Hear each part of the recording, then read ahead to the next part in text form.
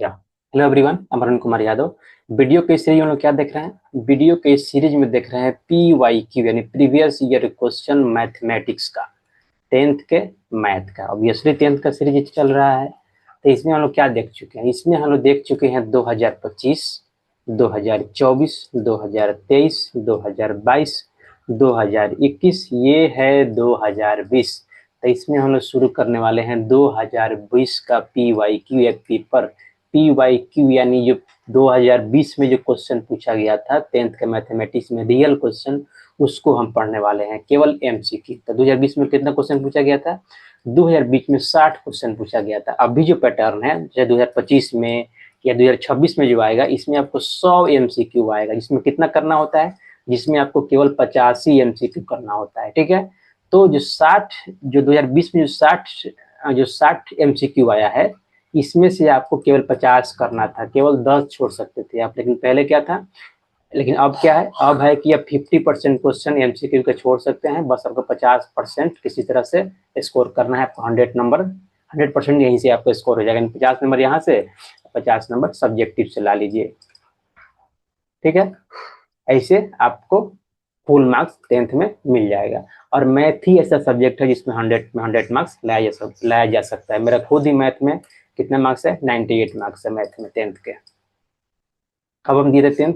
2012 में टेंथ दिए थे। उस समय 100 क्वेश्चन आते थे और लगभग 100 में शायद 100 का ही आंसर देना पड़ता था। ऑब्जेक्टिव का ऐसा कुछ उस समय सीन नहीं था। सारे क्वेश्चन क्या होते थे? सारे क्वेश्चन सब्जेक्टिव होते थे, यानी सारे क्वेश्चन का आंसर देना होता था। उस समय मेरा कितना आया था? 98 नंबर आया था, और मैं 98 नंबर का ही बनाया हुआ था। 2 नंबर हमसे गलती हो गया था, हमको मालूम था एग्जाम से निकलने बाद ही मालूम चला कि 2 नंबर गलती हो गया है।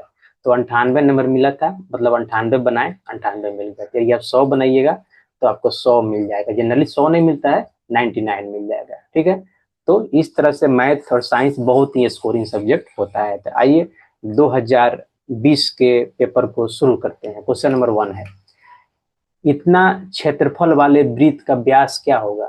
तो जो वृत्त का क्षेत्रफल क्या होता है? वृत्त का, मान लेते हैं वृत्त C1 है, वृत्त का क्षेत्रफल का फॉर्मूला होता है πr² नहीं होता है। अब C1 जो लिखा हुआ है, इसको लिख दीजिए। कितना लिखा हुआ है? 64 पाई इक्वल टू πr²। पाई से पाई कट जाएगा, यहाँ बचेगा 64। तो 64 यहाँ क्या है? R² है।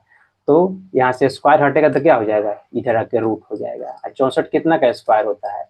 64 8 का स्क्वायर होता है, बाहर 8 आ जाएगा। तो आर कितना आ गया? आर आ गया 8 सेंटीमीटर। पूछ क्या रहा है? व्यास पूछ रहा है, ध्यान दीजिएगा। यहाँ पे त्रिज्या नहीं पूछ रहा है, क्या आया है? त्रिज्या आया है, रेडियस आया है, यानी व्यास पूछ रहा है। यानी डी इक्वल टू क्या होता है? 2r। तो क्या हो जाएगा? 8 दूना 16 सेंटीमीटर। कौन सा ऑप्शन सही है? Option B. बहुत इजी क्वेश्चन, कुछ नहीं है इसमें। क्वेश्चन नंबर 2, त्रिभुज DEF PQR में दिया है D equal to Q, R equal to E, तो निम्नलिखित में से कौन सा सही है? आइए पहले त्रिभुज बना लेते हैं। समरूप त्रिभुज दिया हुआ है। हम एंगल कसौटी से जानते हैं, क्या जानते हैं? किसी त्रिभुज का दो संगत कोण बराबर हो तो तीसरा अपने आप बराबर हो जाता है। इसीलिए बोलते हैं कि एंगल कसौटी से दो त्रिभुज समरूप हो जाएंगे यदि उनका दो कोण भी आपस में बराबर हो। यहाँ दिया है D equal to Q, D DEF में ABC लिख दिया हूँ, माई मिस्टेक।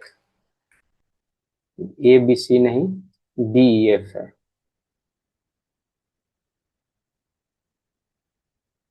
DEF क्या दिया है? D equal to Q. D angle बराबर है Q के। ठीक है, R बराबर है E के। R, R मतलब ये, let me change the colour. R बराबर है E के। तो जैसे ही दो कोण आपस में बराबर हुआ, तीसरा अपने आप बराबर हो जाएगा, यानी F किसके बराबर हो जाएगा? FP के बराबर हो जाएगा। क्यों? क्योंकि दोनों त्रिभुज समरूप हैं। तो कौन सा सही हो जाएगा? Angle F equal to angle P, FP। Option A आपका सही आंसर हो जाएगा। तो समरूपता क्या होता है? एंगल एंगल समरूपता कसौटी से दोनों समरूप हो गए, तो तीनों क्या हो जाएंगे? तीनों संगत कोण बराबर हो जाएंगे। यही तो हम किए यहाँ पे। 3 नंबर देखिए, समीकरण तथा का हल है, क्या कंडीशन होता है? हम हमेशा बताए हुए, यदि PYQ का सारा क्वेश्चन आप देख लिए हैं तो आपको बताए हैं। यदि स्टैंडर्ड फॉर्मेट में दिया रहे A1x B1y C1 equal to 0, क्या है?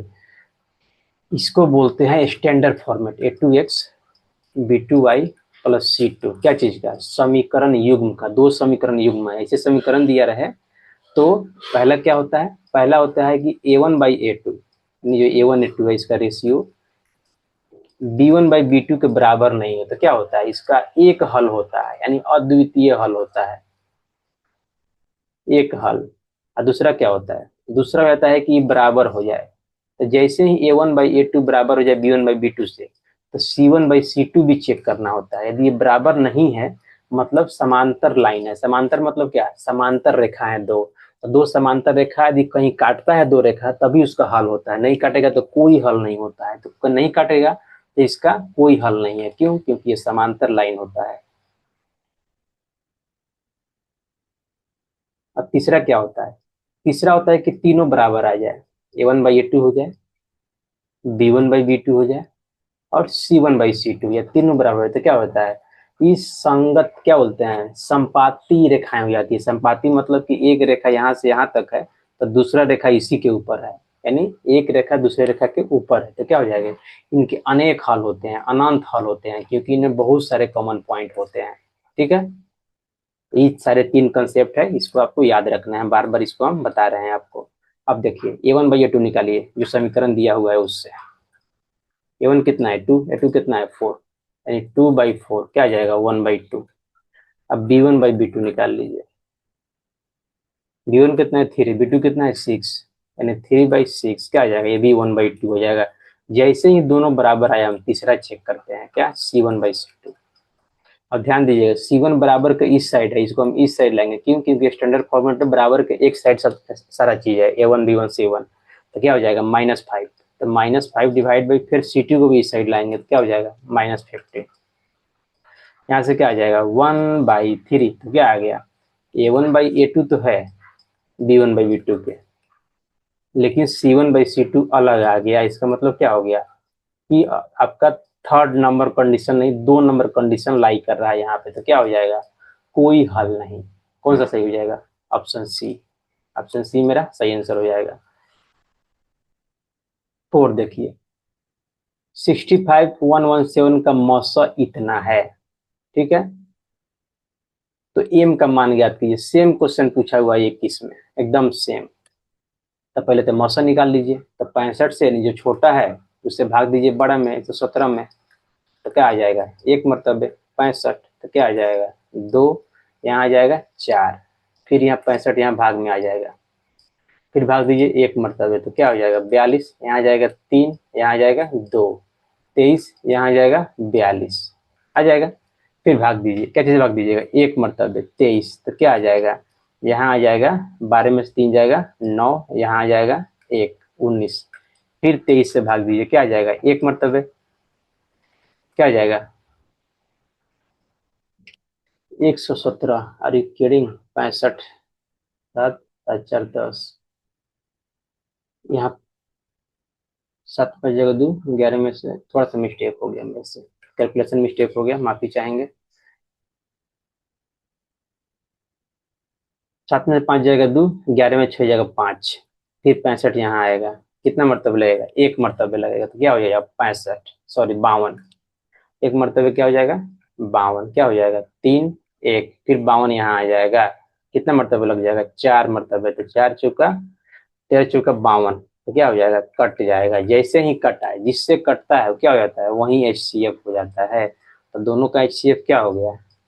13 हो गया। अब देखिए क्वेश्चन में क्या पूछ रहा है। बोल रहा है कि HCF यानी मौसा दिया हुआ है। कितना दिया हुआ है? कितना दिया हुआ है? 65m-117।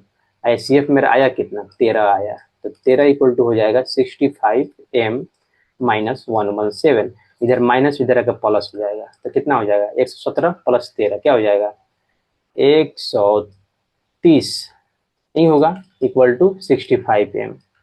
और 65 से 130 कट जाएगा, कितना? 2 मरतबे। तो क्या आ जाएगा? क्या है question number 5 equal to M. 2, 10 और 20 का लसा और मौसा का अनुपात निकालिए, यानी लसा यानी LCM, मौसा यानी HCF का अनुपात पूछ रहा है। तो 2 को हम क्या लिख सकते हैं? 2 को लिख देंगे 2, और 10 को क्या लिख सकते हैं? इसे गुणनखंड निकाल लीजिए 10 का। 2 से भाग दीजिए तो क्या जाएगा? 5, यानी 2 गुना 5 आ गया। अभाज्य गुणनखंड के फॉर्म में लिखना होता है।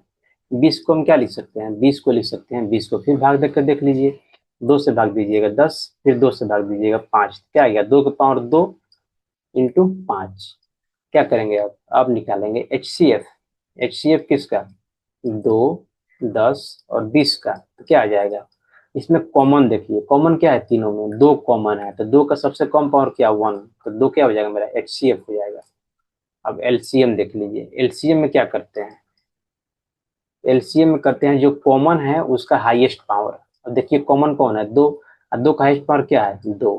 फिर देखिए यहाँ पे क्या है 5, 5 5 यहाँ भी कॉमन है तो 5 लिख लीजिए, हाईएस्ट पावर क्या होगा, दोनों में 1 1 है तो 1 ही होगा, तो क्या आ जाएगा, यहाँ पे आ जाएगा 20। पूछ क्या रहा है HCF बटा LCM, sorry LCM by HCF पूछ रहा है, यानी लॉसा बाई मॉसा। LCM कितना हो जाएगा, LCM हो गया 20, HCF क्या हो गया 2, कितना आ गया 10। क्या लिख सकते हैं इसको 10:1। कौन सा ऑप्शन सही है, ऑप्शन बी मेरा सही आंसर है।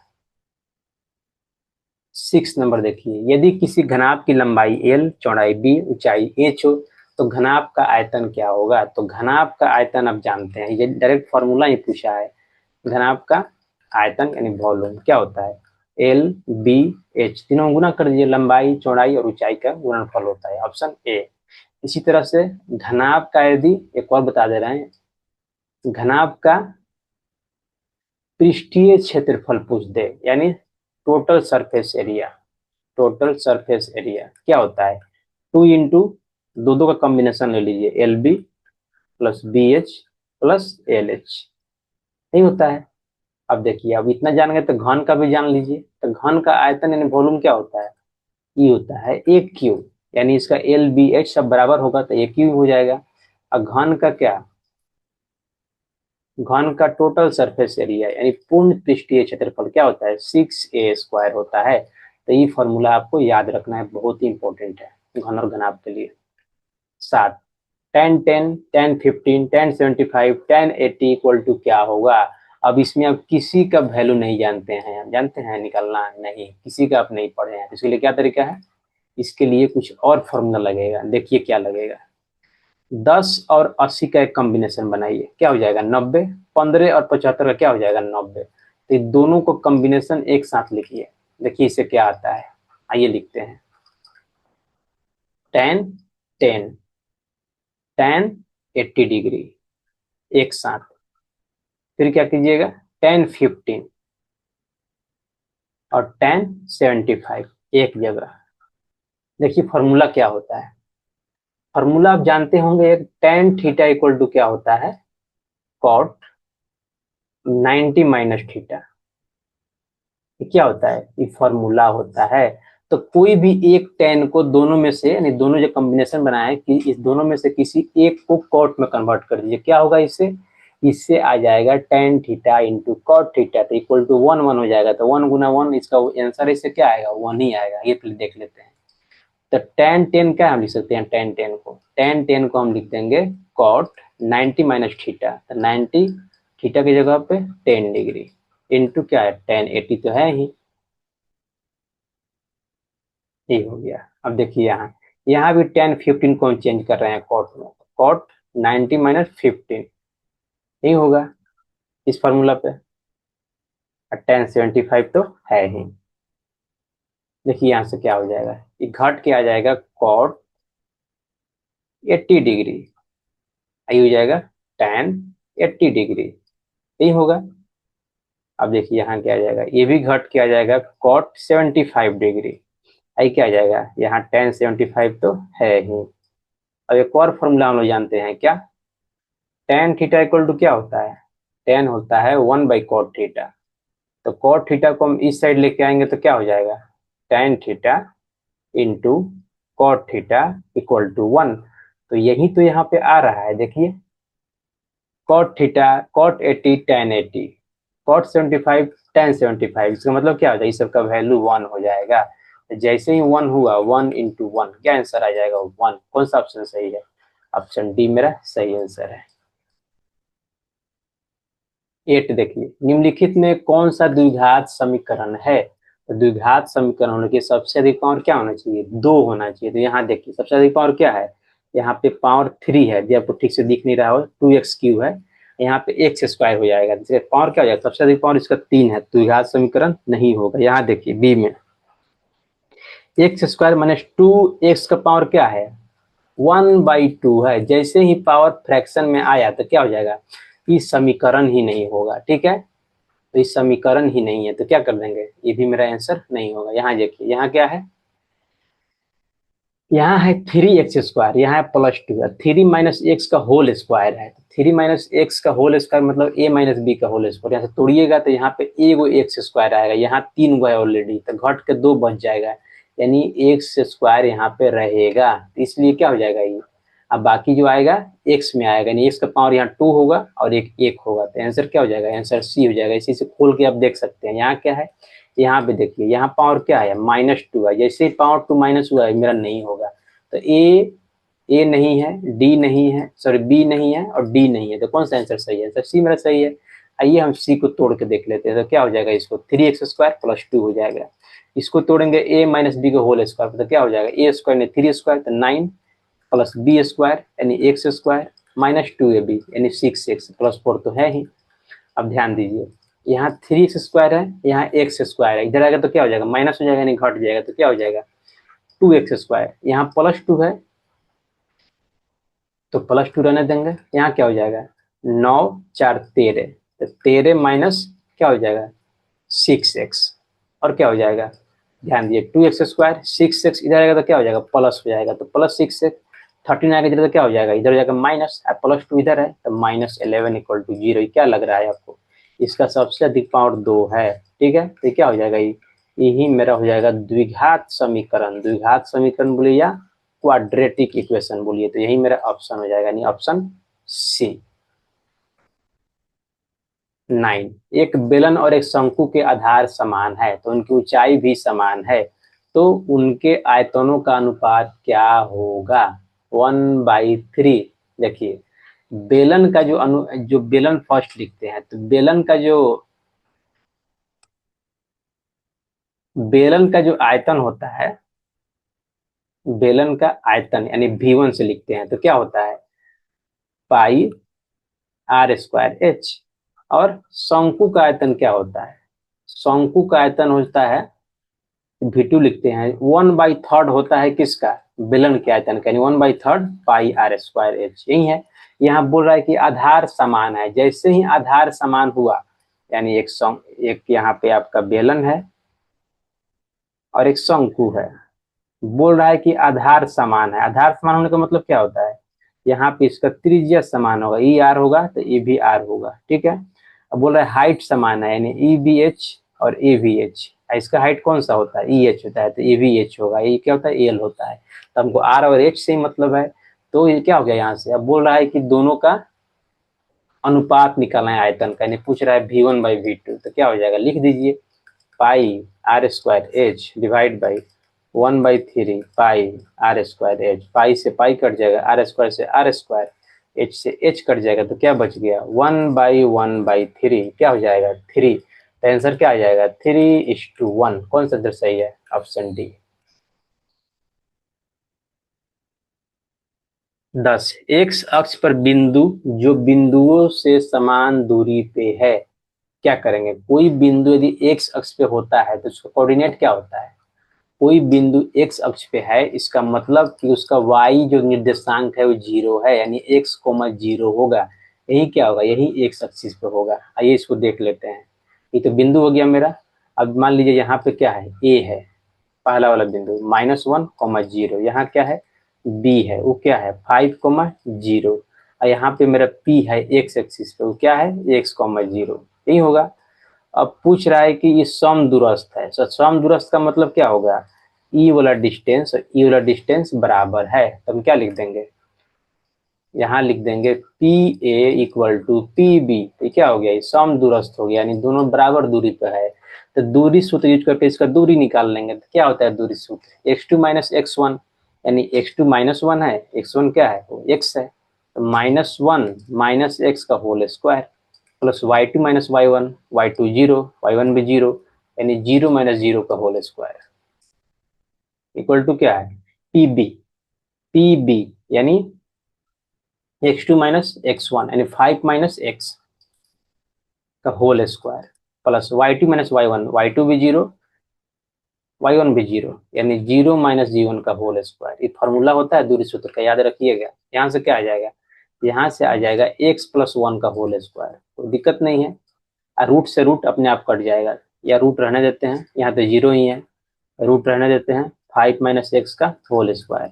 यहाँ रूट रूट अपने आप हट जाएगा, क्योंकि दोनों साइड रूट है तो स्क्वायर कीजिएगा हट जाएगा। अब इसको तोड़ दीजिए, एक्स प्लस 1 का होल स्क्वायर, तो x square plus 1 plus 2x यही होगा। इसको तोड़िएगा तो ये हो जाएगा 25 plus x square minus 10x यही होगा। अब देखिए यहाँ से क्या कटेगा, एक्स स्क्वायर कैंसल, अब जो बच गया उसको लिख दीजिए। बच क्या गया 1 प्लस 2x, यहाँ 25 है, यहाँ -10 है, -10 इधर आएगा तो क्या हो जाएगा प्लस 10x हो जाएगा। अब 25 आएगा तो क्या हो जाएगा -25 आ जाएगा इक्वल टू 0। तो क्या हो जाएगा यहाँ से 10 2 12, 12x एक है, यहाँ -24 है, -25 है, तो क्या हो जाएगा -24। अब देखिए यहाँ से क्या आ जाएगा, यहाँ से आ जाएगा 12x इक्वल टू लिख सकते हैं 24 है, 24 जाके 2 से काट देगा इसको, तो क्या हो जाएगा x इक्वल टू 2। तो मेरा p क्या आ गया x, 0 यानी 2, 0। कौन सा ऑप्शन सही है, ऑप्शन बी। तो ये भी बहुत इंपॉर्टेंट कंसेप्ट है, लगभग 2-3 साल पूछा गया है, 5-6 साल के अंदर, तो इसको याद रखिएगा। पदों की संख्या क्या है, ये पी दिया हुआ है, पूछ रहा है पदों की संख्या क्या है। तो लास्ट वाला जो पद है, पदों की संख्या मतलब एन पूछ रहा है, लास्ट वाला जो है इसको मान लीजिए एन, एन क्या हो गया 34, और इसका पहला पद क्या है -10, इसको क्या बोलते हैं ए ही बोलते हैं, तो ए क्या आ जाएगा, ए आ जाएगा -10, और डी क्या होता है, दोनों घटाएंगे तो डी आएगा, तो डी क्या हो जाएगा -6 माइनस -10, क्या आ जाएगा ये आ जाएगा 4। ठीक है, तो पदों की संख्या पूछ रहा है, तो पहले बताइए एन का फॉर्मूला क्या होता है, एन इक्वल टू होता है a plus n minus 1 into d. अब एन का वैल्यू यहाँ रख दीजिए, एन कितना माने हैं हम 34, ए कितना है अभी निकाले हैं -10 प्लस एन माइनस 1, एन तो निकालना ही है, डी कितना है 4। तो क्या आ जाएगा यहाँ 34 है, यहाँ -10 इधर आएगा तो क्या +10 हो जाएगा, तो कितना हो जाएगा 44 हो जाएगा। देखिए यहाँ एन माइनस 1 है इंटू 4 है, तो 4 काटेगा 44 को, कितना मरतबे 11 मरतबे, ये क्या हो जाएगा 11 इक्वल टू एन माइनस 1, -1 इधर उधर जाएगा क्या हो जाएगा प्लस हो जाएगा, 12 इक्वल टू क्या आ जाएगा एन, यही तो पूछ रहा है एन। एन कौन सा ऑप्शन सही है, ऑप्शन बी मेरा सही आंसर है। 12 देखिए बिंदु का एक्स नियामक क्या है, तो सीधा कौन होगा ये 6 होगा, यही एक्स नियामक है। और ये क्या है, ये है मेरा y नियामक, क्यों, क्योंकि बिंदु को हम x, y से लिखते हैं। एक और चीज याद रखिएगा, कोई भी बिंदु है यानी a है, इसको हम x, y से लिखते हैं। पहला होता है x निर्देशांक, दूसरा होता है y निर्देशांक। निर्देशांक को नियामक भी बोलते हैं, या इसको इंग्लिश में क्या बोलते हैं कोऑर्डिनेट बोलते हैं। इसको हम ऐसे भी लिख सकते हैं भुज, कोटि। भुज कोटि भी पूछता है, ये बहुत इंपॉर्टेंट है, कोटि और भुज पूछना, तो ये भी आपको याद रखना है, दोनों बहुत इंपॉर्टेंट है। ठीक है, चलते हैं नेक्स्ट में। 13 द्विघात बहुपद के शून्यकों का योगफल क्या है, तो पहले इसको द्विघात बहुपद के रूप में लिखिए तो सही है स्टैंडर्ड फॉर्मेट में। x अंदर जाएगा तो क्या हो जाएगा 2x स्क्वायर हो जाएगा -5x -3, अब आया स्टैंडर्ड फॉर्मेट में। यहाँ a क्या है, a मेरा 2 है, और b क्या है, b देखिए -5 है, c क्या है -3 है। पूछ क्या रहा है शून्यकों के गुणन योगफल, शून्यकों का योग पूछा नहीं, योगफल पूछा है। मान लेते हैं अल्फा बीटा शून्यक है, तो अल्फा प्लस बीटा क्या होता है -b/a, तो माइनस b कितना है -5 डिवाइड बाई a कितना है 2, ये क्या हो जाएगा 5/2। कौन सा ऑप्शन सही है, ऑप्शन डी मेरा सही आंसर होगा। ठीक है, इसको ख्याल रखना है। 14 नंबर बराबर है, यानी क्या दिया है प्राकृत संख्या दिया है, क्या दिया है 1 + 2 + 3, कहाँ तक जोड़ रहा है एन नंबर तक जोड़ रहा है। पूछ रहा है कि इसका योग कितना होगा, यानी एसएन पूछ रहा है यहाँ पे। तो देखिए एसएन का फॉर्मूला क्या होता है n/2 into 2a plus n-1 into D, यही फॉर्मूला होता है। और यहाँ पे a क्या है, a मेरा 1 है, a इक्वल टू क्या है 1 है, और d देखिए यहाँ d भी 1 आएगा, 2 - 1 कितना हो जाएगा 1, तो यहाँ पे जस्ट पुट कर दीजिए, तो n तो n ही रहेगा n/2 2a कितना है 1 प्लस n माइनस 1, d कितना है, d भी मेरा 1 है, तो ये क्या हो जाएगा, ये हो जाएगा n/2, 2 प्लस n माइनस 1, नहीं होगा। यहाँ से क्या लिख सकते हैं, यहाँ से लिख सकते हैं 2 में से एक घट जाएगा, यानी n+1। इसको आम भाषा में क्या लिख देंगे, इसको आम भाषा में लिख सकते हैं, आम भाषा में नहीं, जस्ट इसको लिख देंगे हम n into n+1 divide by 2। ये क्या होता है, प्राकृत संख्याओं, n प्राकृत संख्याओं का योग होता है, इसको याद भी रखिएगा। कौन सा ऑप्शन सही है, ऑप्शन सी मेरा सही आंसर है। 15 नंबर, निम्नलिखित में से कौन बहुपद है, तो बहुपद होने के लिए क्या होता है, यदि कोई भी बहुपद है तो बहुपद होने के लिए जो चर होता है, यानी जो वेरिएबल होता है, यानी एक्स होता है, इसका जो पावर होता है, घात होता है, क्या होना चाहिए, पॉजिटिव पूर्णांक संख्या होना चाहिए, धनात्मक पूर्णांक संख्या होना चाहिए। इसका मतलब क्या होना चाहिए, पॉजिटिव पूर्णांक संख्या मतलब वो 1 2 3 से लेकर इन्फिनिटी तक। यदि इसके अलावा कुछ भी है, यानी माइनस है, बाटा में है, तो क्या हो जाएगा, मतलब बहुपद नहीं होगा। तो पहला देखिए, यहाँ पे x का पावर क्या हो जाएगा, x का पावर 1/2 हो जाएगा। क्यों, क्योंकि हम रूट x को क्या लिख सकते हैं, x का पावर हाफ लिख सकते हैं, क्योंकि यहाँ 2 छुपा रहता है, ध्यान दीजिएगा, ये बहुत इंपॉर्टेंट है। या रूट क्यूब रूट है, इसको क्या लिख सकते हैं, एक्स का पावर 1/3 लिख सकते हैं। इसी तरह हम एक्स का पावर 1/2 लिख दिए, ये बहुपद मेरा नहीं होगा। बी देखिए, यहाँ तो सीधा दिख रहा है 3/2 है, यहाँ 1/2 है, तो पक्का नहीं होगा। यहाँ देखिए, यहाँ भी 1/2 पावर है, यहाँ भी कितना है, यहाँ पावर -1/2 है, तो ये भी नहीं होगा। ऑप्शन डी मेरा सही आंसर है। यहाँ देख लीजिए, यहाँ 2 पावर है, यहाँ 1 पावर है, तो डी मेरा सही आंसर है। 16, 12 सेंटीमीटर ऊंचे खंबे की जमीन पर खड़े छाया की लंबाई इतना है, तो सूर्य क्या उन्नयन कोण निकालिए। आइए, एक खंबा मान लेते हैं, क्या है, पी क्यू। इसका हाइट दिया हुआ है कितना, 12 मीटर। इसका छाया कितना बन रहा है, इसका छाया बन रहा है 4√3। हाइट एंड डिस्टेंस है, बहुत ईजी होता है हाइट एंड डिस्टेंस का क्वेश्चन। ये हो गया मेरा उन्नयन कोण थीटा। ये ना पूछ रहा है, मान लीजिए यहाँ सूरज है, यहाँ पे और सूरज का यहाँ लाइट निकल रहा है, और यहाँ पोल है, तो पोल का छाया तो बनेगा। जैसे मानिए सूरज सुबह में निकलता है, हम लोग खड़ा रहते हैं, तो हम लोग छाया तो पीछे बनता है। तो उसी के बारे में आप पूछा है, उन्नयन कोण पूछ रहा है, ई वाला एंगल पूछ रहा है, थीटा क्या है। इसे कंफ्यूज नहीं होना है, सूर्य बोल दिया तो ठीक है। अब देखिए क्या करना है, यहाँ हम क्या हो जाएगा, थीटा के लिए सामने वाला क्या हो जाएगा, पी हो जाएगा, और ये क्या हो जाएगा, जस्ट जिससे बन रहा है, ये मेरा बी हो जाएगा। तो यहाँ पे tan थीटा लगा देंगे, तो tan थीटा इक्वल टू क्या होता है, p/b। अब P क्या है, यहाँ पे P है PQ, और B क्या है मेरा, इसको P, इसको मान लेते हैं हम क्या, इसको C मान लेते हैं, तो QC है, क्या है, QC है। PQ कितना है 12, QC कितना है 4√3। अब काटेंगे, 4×3 = 12, तो क्या आ जाएगा 3/3, यहाँ से √3 से कट जाएगा, तो यहाँ पे √3 आ जाएगा। tan का क्या आ गया, tan थीटा मेरा आ गया √3। हमको थीटा चाहिए, तो ध्यान दीजिए, √3 tan का कितना वैल्यू होता है, tan 60 लिख देंगे तो √3 के बराबर हो जाएगा। ठीक है, क्यों लिखे, कि यहाँ से tan कट जाएगा, मेरा थीटा कितना आ जाएगा, थीटा मेरा 60 डिग्री आ जाएगा। यही मेरा उन्नयन कोण है। तो कौन सा ऑप्शन सही है, ऑप्शन ए। 17 देखिए, ए बी सी एक समकोण त्रिभुज, इसमें सी क्या है 90 डिग्री है, तो cos a + b पूछा हुआ है। जो पीछे वाला क्वेश्चन है ना, ये भी 21 में पूछा है, और ये भी 21 में पूछा है, बहुत इंपॉर्टेंट। तो पहले समकोण त्रिभुज बना लीजिए, इसका सी क्या है 90 डिग्री है। माफ कीजिएगा, अच्छा समकोण नहीं बन रहा है हमसे, तो ये क्या है 90 डिग्री है सी। cos a + b पूछ रहा है, समकोण त्रिभुज में एक कोण 90 डिग्री हो जाए तो बाकी दो कितना होता है, बाकी दोनों का योग भी 90 डिग्री होता है। ये तो आपको मालूम ही होगा, ये बेसिक चीज है। क्यों, क्योंकि त्रिभुज के दोनों कोनों, तीनों कोनों का योग कितना होता है 180 होता है, क्योंकि एक ही 90 हो गया, तो दो कितना हो जाएगा, 2 90 होगा, 90 + 90 180। देखिए, तो cos a + b पूछ रहा है, तो cos a + b यानी 90, cos 90, तो cos 90 हमेशा 0 होता है। कौन सा ऑप्शन सही है, ऑप्शन ए।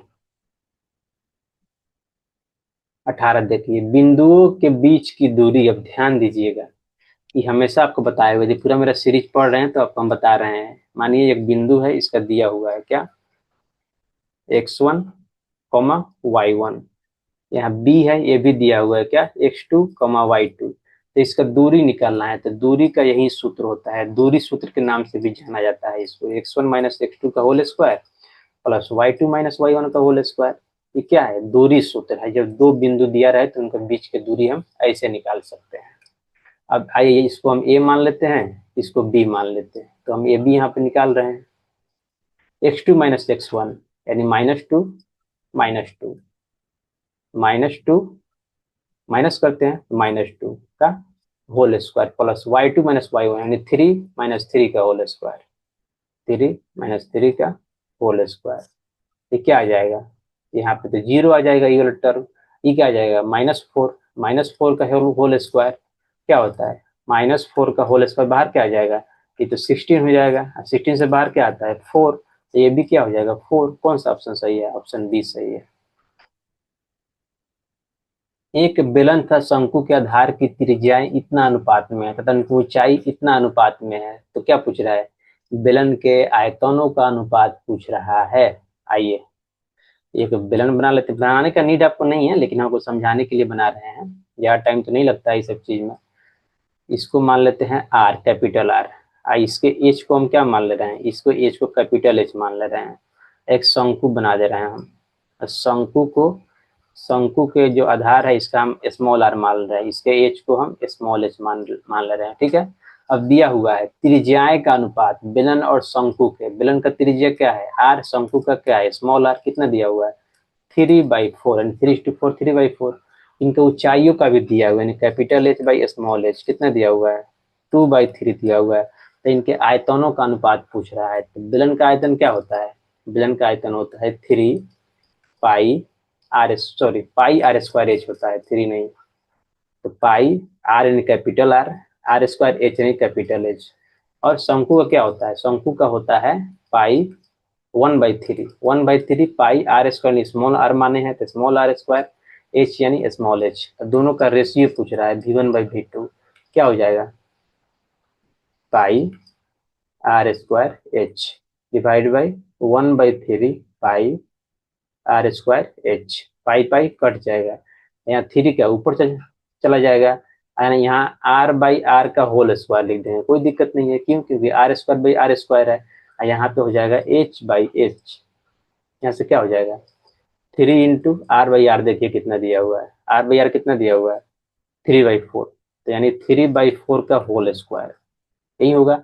h/h कितना दिया हुआ है 2/3, तो लिख दीजिए, यहाँ से क्या आ जाएगा 3 से 3 कट जाएगा, बराबर क्या हो जाएगा 9/16 इंटू क्या 2, 2 से कट जाएगा 8 मरतबे, क्या आ जाएगा 9/8, 9:8। ऑप्शन बी आपका सही आंसर है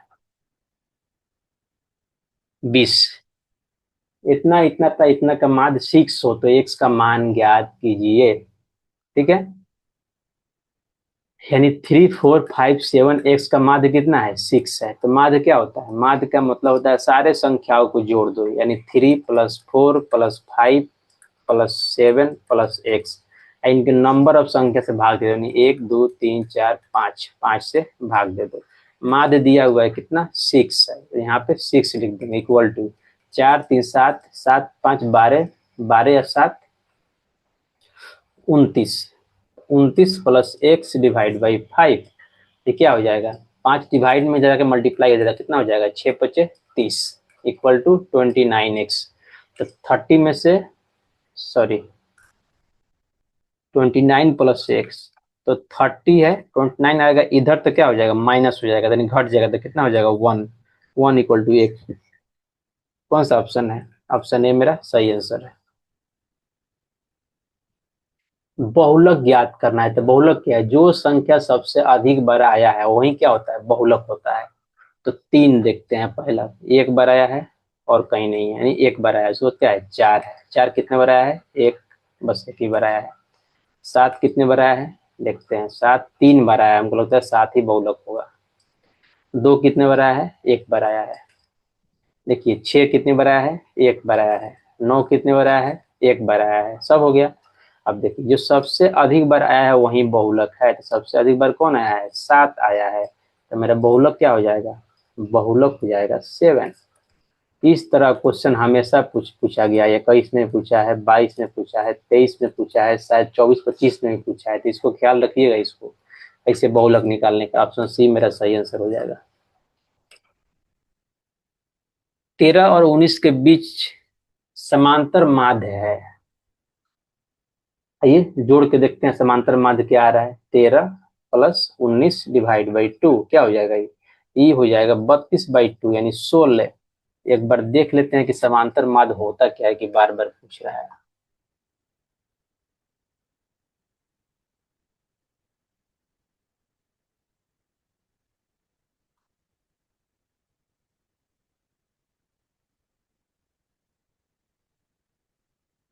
या सेम चीज है, या कोई दिक्कत वाला बात नहीं है। जैसे जैसे हम लोग निकालते हैं माध्य, उसी को भी समांतर माध्य बोलते हैं, कुछ अलग नहीं है। जस्ट जोड़ दीजिए, उस संख्या से डिवाइड कर दीजिए। कौन सा ऑप्शन है? ऑप्शन बी मेरा सही आंसर है।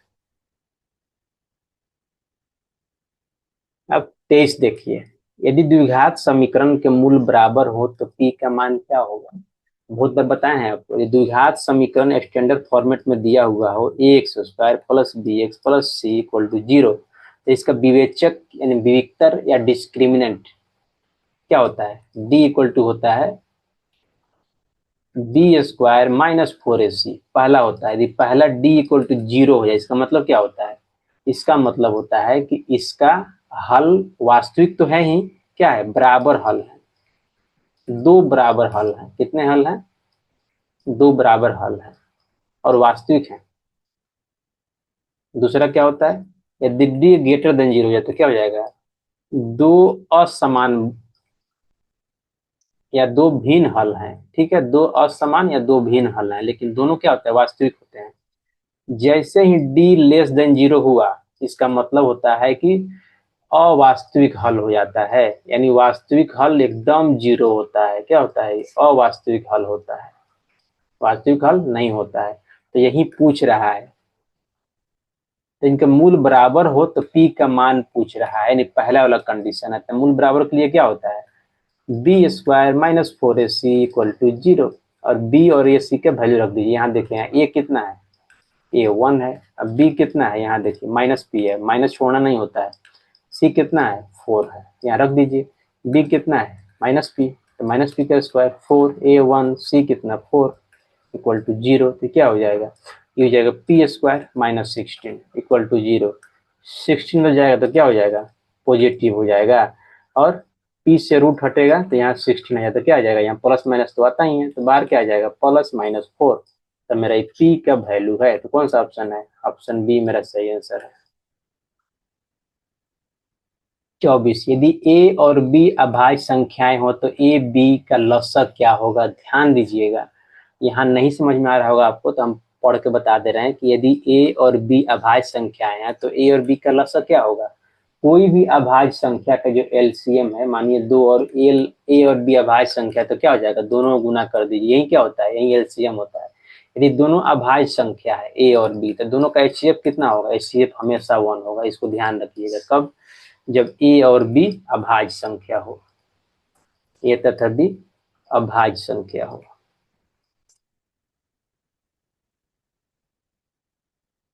एक कंसेप्ट है, इसको ख्याल रखिएगा।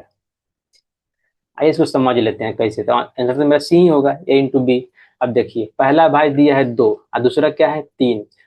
ठीक है, तो इसका कितना होगा? देखिए, इसका गुणनखंड निकालेंगे तो 2 ही होगा, इसका गुणनखंड क्या होगा? 3 ही होगा। तो एलसीएम क्या हो जाता है? एलसीएम 2 गुना 3, कॉमन देखिए कुछ नहीं है, तो जो बच गया सब गुना कर दीजिए। 2 गुना 3 क्या हो जाएगा? 6, यानी a इंटू बी आया। इस तरह एचसीएफ क्या होता है? कॉमन देखता है, तो कुछ कॉमन नहीं है। दोनों में कॉमन है? कुछ नहीं है। 2 और 3 में कुछ कॉमन है? नहीं है, तो क्या हो जाएगा? 1 एलसीएम हो जाएगा, एचसीएफ हो जाएगा। तो इस तरह से एचसीएफ एलसीएम ध्यान दीजिए अभाज्य गुणनखंड का। बिंदु की मूल बिंदु से दूरी, तो मूल बिंदु को क्या लिखते हैं? ओ से लिखते हैं, ओरिजिन को बोलते हैं मूल बिंदु। ठीक है, ये होता है 0 0, इसका निर्देशांक होता है। और दूसरा दिया हुआ है क्या? एक बिंदु दिया हुआ, मानिए इसको हम ए मान लेते हैं। तो ए कितना दिया हुआ है? x, y दिया हुआ है। तो मूल बिंदु से यानी ओ ये पूछ रहा है हमसे, तो वो ये क्या हो जाएगा? जस्ट दूरी सूत्र लगा दीजिए। क्या होता है दूरी सूत्र? x2 माइनस x1, यानी x माइनस 0 का whole square, y2 minus y1 यानी y माइनस 0 का होल स्क्वायर।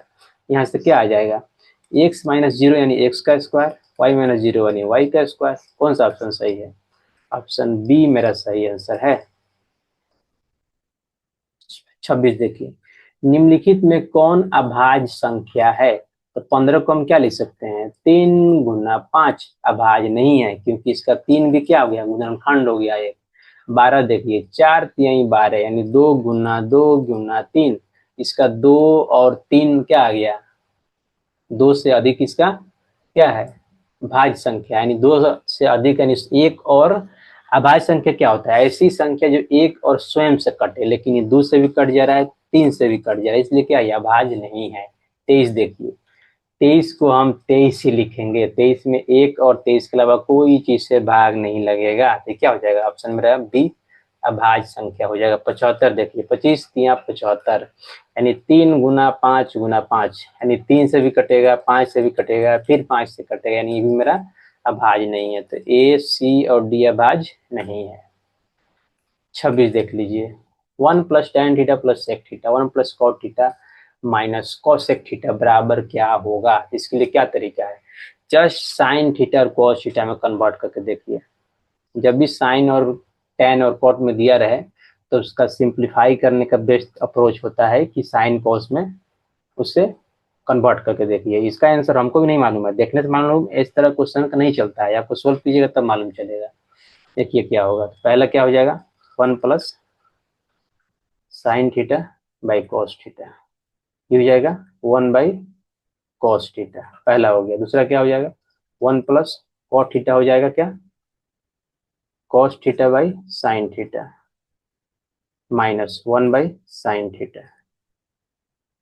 अब एलसीएम लेंगे, इसमें से क्या हो जाएगा? cos θ एलसीएम हो जाएगा, बच क्या जाएगा? cos θ + sin θ और क्या? +1 नहीं होगा। यहाँ देखिए क्या हो जाएगा, यहाँ sin θ एलसीएम हो जाएगा, हो जाएगा। यहाँ हो जाएगा sin θ + cos θ और -1। और देखिए यहाँ से क्या आएगा? ये हो जाएगा क्या? ए इतना a + b a - b हो गया, तो लिख देंगे a² - b²। तो अब जानते हैं फॉर्मूला है, क्या लिख देंगे? cos θ + sin θ क्या हो गया? a हो गया, यानी a²।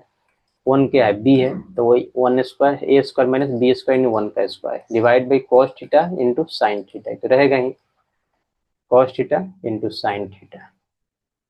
अब देखिए, अब इसको a + b के होल स्क्वायर को तोड़ेंगे तो क्या हो जाएगा?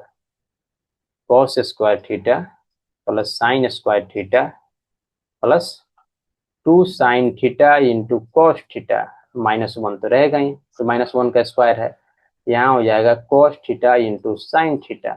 अब ध्यान दीजिए, इतना हम जानते हैं क्या होता है, इतना हमेशा 1 होता है, फॉर्मूला ही है। तो यहाँ से क्या आ जाएगा? यहाँ से आ जाएगा 1 - 1 क्या हो जाएगा? 0 हो जाएगा। तो क्या बच जाएगा? ऊपर बच जाएगा 2 sin θ cos θ divide by cos θ × sin θ। तो ये दोनों कट जाएगा, तो क्या बच जाएगा? 2। कौन सा ऑप्शन सही है मेरा? ऑप्शन डी सही है। ये बहुत अच्छा क्वेश्चन है, इसको अब वीवीआई मार्क करके रख लेंगे, बहुत कॉन्सेप्ट आपका क्लियर हो जाएगा इसमें। 28 देखिए, यदि वृत्त की परिधि इतना से बढ़ाकर इतना कर दी जाए तो इसका क्षेत्रफल क्या होगा? आइए पहले देखते हैं परिधि। C1 दिया हुआ है, कितना है? 2 पाई है। परिधि C2 दिया हुआ है, क्या दिया हुआ है? 4 पाई दिया हुआ है। ओके, अब यहाँ से हम रेडियस निकाल लेते हैं, तो हम C2 को हम क्या लिख सकते हैं? C1 को हम लिख सकते हैं 2 पाई, इसको मान लेते हैं हम R1। 2 पाई R1 = 2 पाई नहीं होगा पहला वाला, और 2 पाई से 2 पाई कट जाएगा, तो R1 क्या आ जाएगा? R1 = 1 आ जाएगा। अब सिमिलरली इसके लिए C2 के लिए, तो 2 पाई R2 = लिख देंगे 4 पाई, तो ये 2 मरतबे कट जाएगा, तो R2 क्या आ जाएगा? R2 मेरा 2 आ जाएगा। अब यहाँ से क्या बोल रहा है? एरिया पूछ रहा है, तो एरिया किसका? एरिया सर्कल C1 का एरिया क्या हो जाएगा? पाई R² यानी R1 का स्क्वायर। R1 कितना है? 1 है, तो पाई 1 का स्क्वायर इक्वल टू क्या हो जाएगा? पाई। अब एरिया ऑफ कितना? सर्कल C2 क्या हो जाएगा?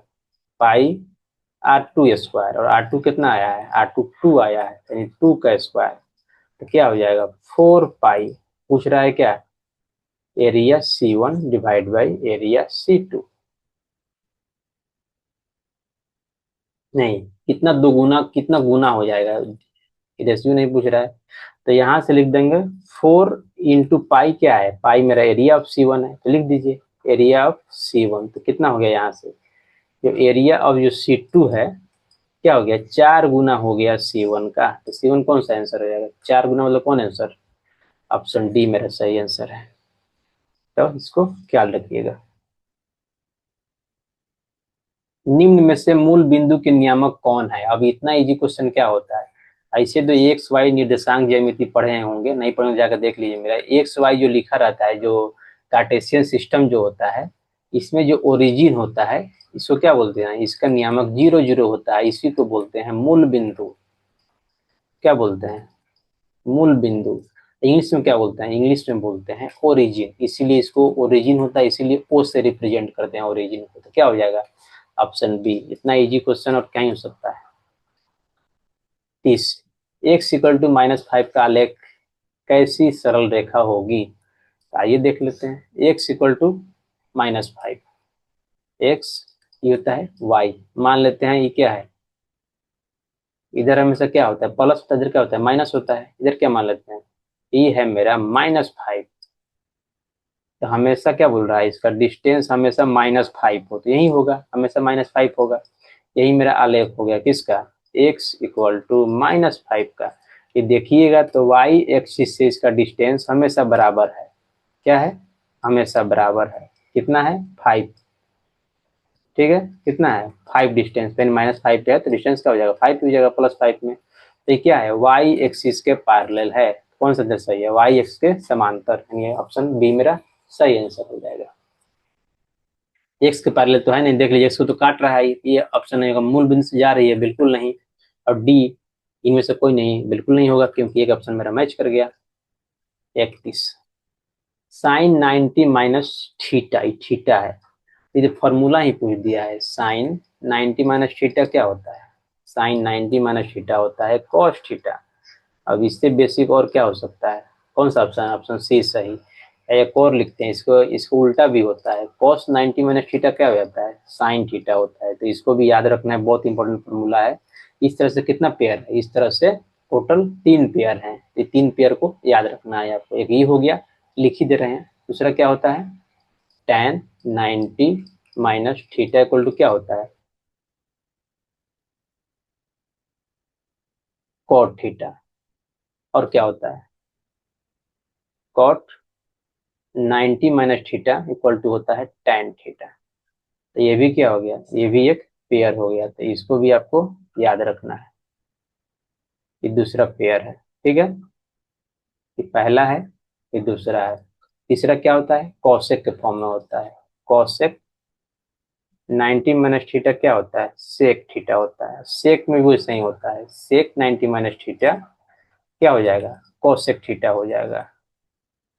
तो इस दोनों को याद रखना है, दोनों क्या है, पेयर है। तो कितना पेयर होगा, इस तरह से पेयर वाला 6 फार्मूला होता है टोटल, यानी 3 पेयर 6 फार्मूला, इस तीनों का आपको याद रखना है, बहुत इंपॉर्टेंट फार्मूला है। 32 देखिए, निम्नलिखित में से कौन परिमेय संख्या है। ये क्या है, जैसे ही रूट दिखा तो क्या हो गया, अपरिमेय हो जाएगा। तो परिमेय तो हुआ ही नहीं। √5 क्या है, ये भी अपरिमेय है, क्योंकि √5 को रूट से बाहर नहीं निकाल सकते हैं। यहाँ ध्यान दीजिए, यहाँ से √3 कट जाएगा, क्या हो जाएगा 2, तो ये परिमेय संख्या हो जाएगा। क्यों, क्योंकि रूट यहाँ पे कैंसिल हो गया। तो कौन सा ऑप्शन सही है, ऑप्शन सी मेरा सही आंसर हो जाएगा। √6 क्या है, रूट यहाँ से नहीं हटेगा, तो क्या हो जाएगा, ये भी अपरिमेय है। 33 देखिए, यदि सेक थीटा इतना है, आपको लिख दे रहे हैं, दिख नहीं रहा होगा क्योंकि रियल पेपर है, इसलिए आपको थोड़ा सा दिक्कत हो रहा होगा। सेक थीटा इतना है, तो क्या पूछ रहा है, कॉट थीटा पूछ रहा है, ठीक है। देखिए, सेक थीटा किसका उल्टा होता है, सेक थीटा कॉस थीटा के उल्टा होता है। तो कॉस थीटा क्या होता है, कॉस थीटा होता है पी, सॉरी पी नहीं बी होता है, कॉस थीटा होता है b/h। तो सेक थीटा क्या हो जाएगा, सेक थीटा को हम लिख सकते हैं h/b, यानी 13/, 12। तो यहाँ से क्या लिख सकते हैं, एच इक्वल टू आ गया मेरा 13, अब बी इक्वल टू आ गया 12। तो पाइथागोरस प्रमेय से हम क्या लिख सकते हैं, एच स्क्वायर इक्वल टू क्या होता है, P square plus B square. H कितना है 13, यानी 13 का स्क्वायर, पी हमको निकालना है, बी स्क्वायर ने क्या 12 का स्क्वायर। तो क्या हो जाएगा ये 169 इक्वल टू पी स्क्वायर, 12 का स्क्वायर 144। 169 में से 144 घटेगा तो कितना हो जाएगा, 25 आ जाएगा। तो 25 इक्वल टू पी स्क्वायर, यहाँ से बाहर क्या आ जाएगा 5, क्योंकि पी का जो स्क्वायर जाकर रूट हो जाएगा, यानी पी इक्वल टू क्या आ गया 5। पूछ क्या रहा है हमसे, पूछ रहा है कॉट थीटा। तो कॉट थीटा किसका उल्टा होता है, टेन थीटा का। टेन थीटा क्या होता है, पी बाई बी। तो कॉट थीटा क्या हो जाएगा, बी बाई पी। ठीक है, तो बी कितना है, पी 12 है, पी कितना है 5 है। तो 12/5 कौन सा आंसर है, ऑप्शन सी 37। द्विघात बहुपद के शून्यक हैं, तो क्या तरीका होता है शून्यक निकालने का, जस्ट पुट करके देखिए कहाँ जीरो हो रहा है, ये वाला बहुपद। तो इसको हम पहले बहुपद मान लें, एक्स स्क्वायर प्लस 1/6 x-2। पहला देखते हैं, यानी ए वाला ऑप्शन, एक्स इक्वल टू क्या रखते हैं -3, क्या हो जाएगा -3 का स्क्वायर प्लस 1/6 -3 -2, तो क्या हो जाएगा ये 9 माइनस, क्या हो जाएगा 3 दूना 6 हो जाएगा, यानी -1/2 -2। ये तो कभी जीरो नहीं होगा, होगा नहीं होगा, तो ये मेरा ऑप्शन नहीं होगा। बी देखते हैं, जीरो नहीं होगा, इसका मतलब वो वाला ऑप्शन नहीं होगा। 3/2 रख के देखते हैं, -3/2। एक्स इक्वल टू क्या रखेंगे, -3/2। देखते हैं क्या आता है, क्या आ जाएगा। तो -3/2 का होल स्क्वायर, यानी जहां जहां एक्स है वहां रख देना है, प्लस 1/6 एक्स है तो -3/2, और क्या है -2। यहाँ से क्या आ जाएगा 9/4, यहाँ क्या आ जाएगा -3 दूना 6, यानी 1/4 -2, क्या आ जाएगा 4 एलसीएम लेंगे, तो 9 -1 -8 क्या आ गया 9/9 -9 जीरो हो जाएगा। तो ये वाला ऑप्शन बी का एक मैच कर गया। अब दूसरा चेक कर लेते हैं क्या 4/3 आ रहा है कि नहीं। तो क्या हो जाएगा 4/3 का होल स्क्वायर प्लस 1/6 इंटू 4/3 -2, क्या हो जाएगा यहाँ पे, ये वाला मिटा देते हैं क्योंकि ये वाला मेरा आंसर नहीं आया।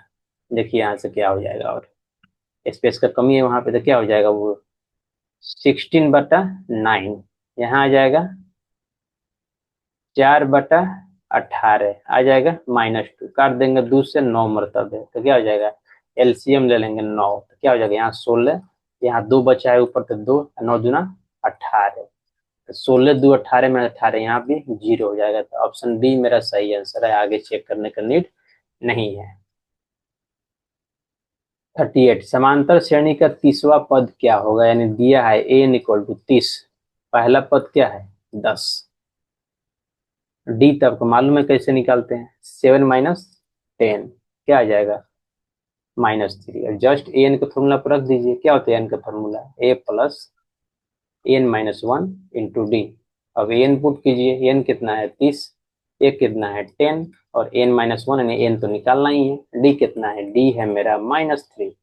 अब ध्यान दीजिए, इधर 30 है, इधर -10 है, सॉरी -10 नहीं +10 है, इधर 30 है, इधर 10 है, इधर आएगा तो क्या हो जाएगा घट जाएगा, तो घटेगा तो क्या हो जाएगा 20, 30 - 10 यानी 20 हो जाएगा, इक्वल टू हो जाएगा n-1 इंटू -3।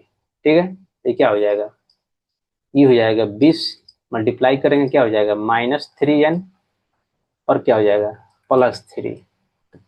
तो इधर 20 है, इधर +3 है, 3 जाकर घट जाएगा तो क्या हो जाएगा 17। Sorry sorry sorry sorry sorry sorry sorry sorry sorry sorry sorry, थोड़ा सा यहाँ पे मिस्टेक हो गया हमसे। 30वां पद पूछ रहा है, यानी एन इक्वल टू दिया हुआ है मेरा, हम तो एन निकालने ही लगे। एन क्या दिया हुआ है, एन इक्वल टू दिया हुआ है 30, तो जहां जहां एन है वहां 30 रख दिया, यानी ए 30 इक्वल टू हो जाएगा ए प्लस 30 - 1 इंटू डी, क्या हो जाएगा ए प्लस 29 इंटू डी, ये कितना निकाले हम लोग 10, 29, और डी कितना निकाले हैं हम लोग -3, तो कितना हो जाएगा 10 माइनस 87, तो क्या आ जाएगा -77। कौन सा ऑप्शन सही है? Option C 39। टेन थीटा दिया हुआ है तो कोसेक थीटा पूछ रहा है, तो टेन थीटा को हम क्या लिख सकते हैं? टेन थीटा 18/15 दिया हुआ है, तो टेन थीटा होता है p/b, तो p हो गया 8, b हो गया 15, तो p कितना हो गया 8, अब b कितना हो गया 15। कुछ कह रहा है यहाँ से, जैसे p b मालूम हो गया, पाइथागोरस पर में लगा देंगे, मेरा h स्क्वायर आ जाएगा। h स्क्वायर क्या होता है? Equal to p square plus b square. अब p दिया हुआ है 8, b दिया हुआ है 15, कितना हो जाएगा 64 प्लस 225, कितना हो जाएगा 289। अब 289 किसका स्क्वायर होता है? यानी एच आके इधर रूट हो जाएगा, 289 स्क्वायर होता है 17 का, तो बाहर क्या आ जाएगा 17। जैसे ही एच आया हम क्या निकाल लेंगे? कोसेक थीटा निकाल लेंगे। कोसेक थीटा क्या होता है? साइन थीटा का उल्टा होता है, तो साइन थीटा क्या होता है? p/h, तो कोसेक थीटा क्या हो जाएगा h/p। h कितना है 17, p कितना है 8, तो 17/8। कौन सा ऑप्शन सही है? Option A 40। 1 से 100 तक सभी प्राकृत संख्याओं का योग। देखिए, तो लिखिए पहले 1 2 3 कितना 100 तक। क्या पूछ रहा है? सभी प्राकृत संख्याओं का योग। 1 से लेकर 100 तक कितना प्राकृत संख्या होगा? यानी n इक्वल टू मेरा 100 आ गया। अब मेरा an भी कितना है? an भी मेरा 100 है। अब फॉर्मूला क्या होता है?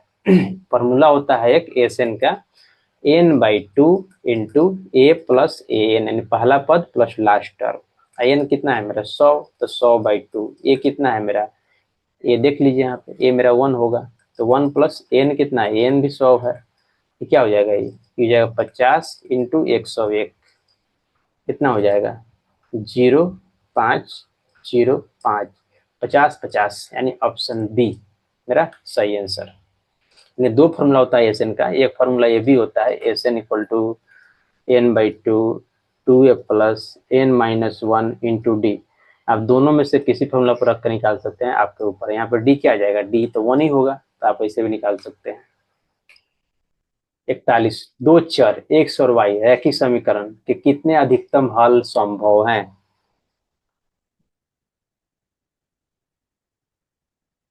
दो चर एक्स वाई में रैखिक समीकरण के कितने अधिकतम हल संभव है? ये तो क्वेश्चन ही अजीब दिया हुआ है। इसमें तो a x plus b y plus c equal to 0, इसके कितना हल हो सकते हैं?